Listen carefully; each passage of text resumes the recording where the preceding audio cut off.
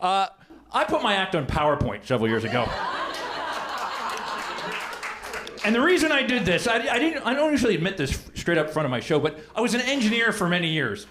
And I realized in the age of information, we have all this information, and no engineer has really tackled relationships because the answers are out there. We just need to find them by good engineering analysis. So I have done that. I put it together. I am now going to offer the first chapter of my user's guide to relationships. And I thought I'd start with a positive one. Everybody's talked about the key to relationships. I believe this is the key. Oh, by the way, your results may vary. I believe this is the key to a good relationship, a long relationship. Your spouse's looks and your vision need to deteriorate at exactly the same rate. If that can manage to happen, I can always look at my wife and go, "You're as beautiful as the day I met you."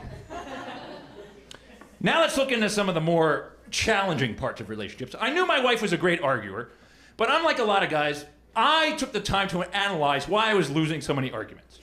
So I plotted the chances of winning an argument versus time, and it turned out that 3 distinct periods popped up. When we were first dating, I had a 50-50 shot in any relationship.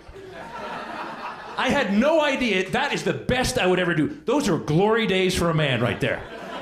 Those are Hall of Fame numbers, 1 out of 2.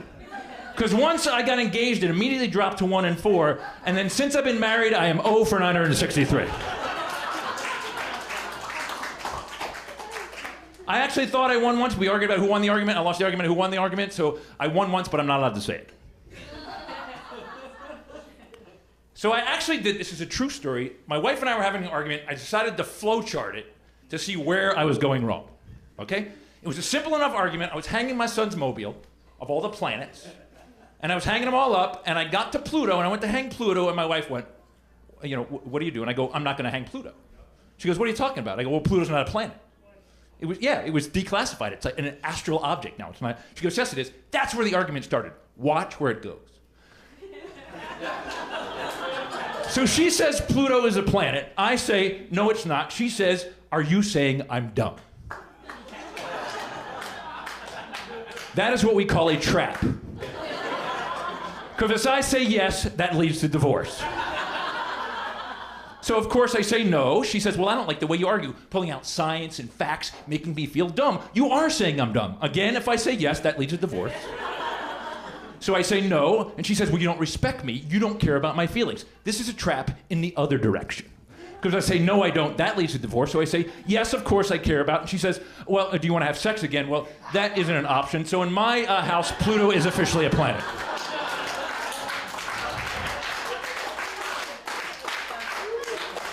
In fact, it is my favorite planet.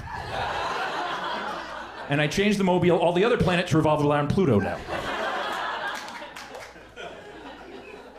So this, I promise, will be the nerdiest thing I present to you. In computer design, this is what I used to do. There's a thing called Boolean logic. It basically says if there's 2 inputs, A and B, and both are true, the output's true.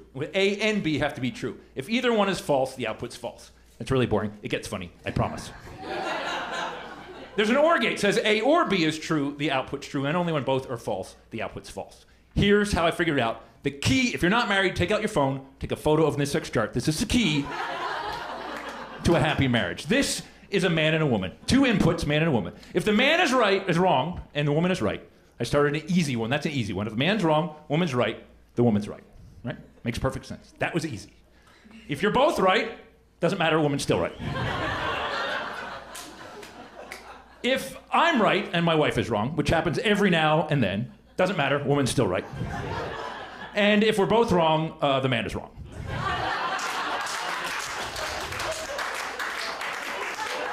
Go ahead. I'll take a couple moments to get your phones.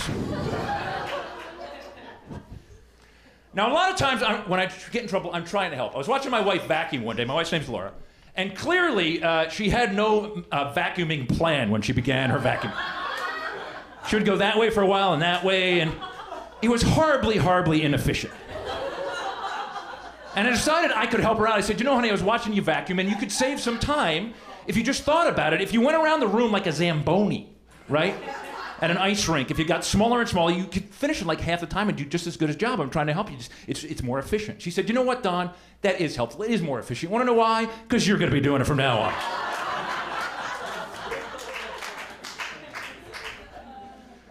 Our ongoing argument I call the thermostat wars.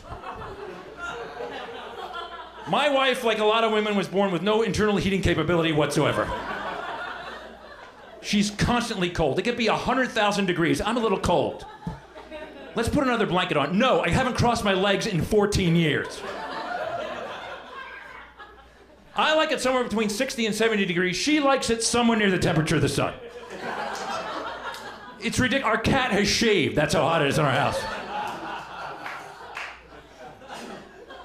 And then finally, I'll end on this. I love my wife, but I can't stand to shop with my wife. And I couldn't prove to her why. She took it personally, like, you don't like being with me. No, I just can't stand it. It's not the way I shop. And I couldn't prove to her how different it was. I got a GPS tracking device, and I tracked our shopping trips separately. Here's how I shop. All you have to do in this experiment is go to the mall, right? Here's the mall. Go to the Gap, buy a pair of pants. That's all we both had to do. Here's how I do it. I walk in the mall, take a left, take a right, buy the pants, take a left, take a right, and go home. That's it. That takes me 6 minutes and costs me $33. That's it. I am done for 2013. Here's how my wife shops. Same thing. Gotta go to the Gap. She walks in the mall. There she is right there. 3 hours, 26 minutes, $876. And look, she never even got to the Gap.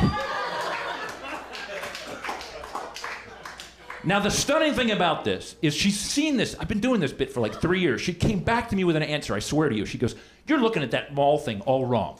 Let's see who is the more efficient shopper in terms of cost per minute.